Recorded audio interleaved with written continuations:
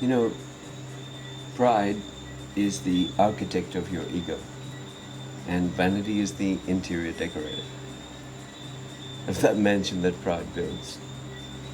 And these things are necessary, of course they are. Pride and vanity. You need to measure vanity, you need to measure pride. Without them, the world is going to crush you, one way or the other. You need to measure both to survive in this world. But if they control you, then they become the architect of your ego and the designer of your ego.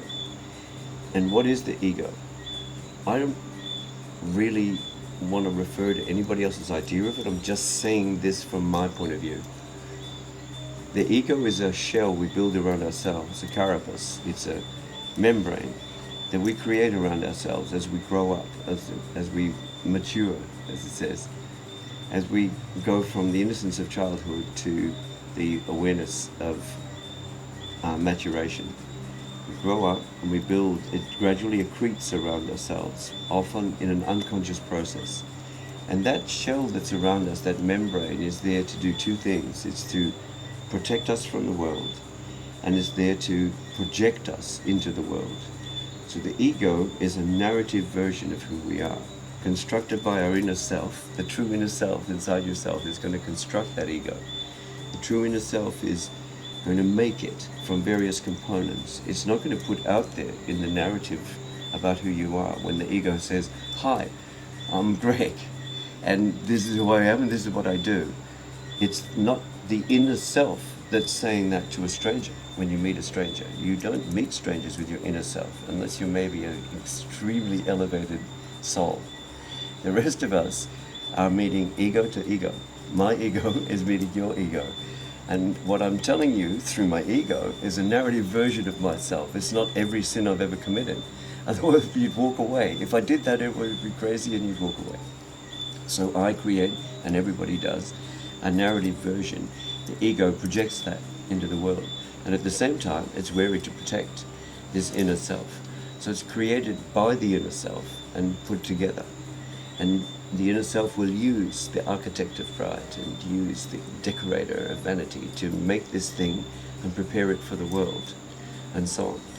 So in this world where you have the ego that you've put there, that you need, that shell. I'm not saying a bad thing, it's a good thing. You need it. You need a well-functioning ego is a good thing. And I think rather than mind coach, an ego coach is probably a good thing for people to have. So listen, my ego's a bit out of shape. Can you help me? And as an ego coach, and help me to make and construct an ego that functions well, that I like, that other people like, and that is productive, and that I can fulfill myself with. That the ego, such an ego, is fully required in this material world. So a world based on competition and so on, more than cooperation. So okay, if you have this thing and you have it around you and so on, be aware, from my point of view, that the space between your inner self and the outer shell that you've created for yourself, your ego, that's out there to project and to protect you. That distance between your true inner self and that shell you put around yourself is exactly the same distance between your true inner self and serenity.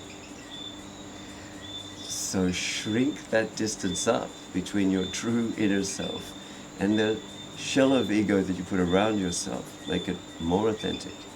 Make it more truly you, without losing your sense of safety and security in this world. But shrink that space between your true inner self and the shell that you need to create around yourself, and you actually shrink the space between your true inner self and the serenity that it needs in such a turbulent world. Okay, so keep that in mind. All right. The ego, fine thing.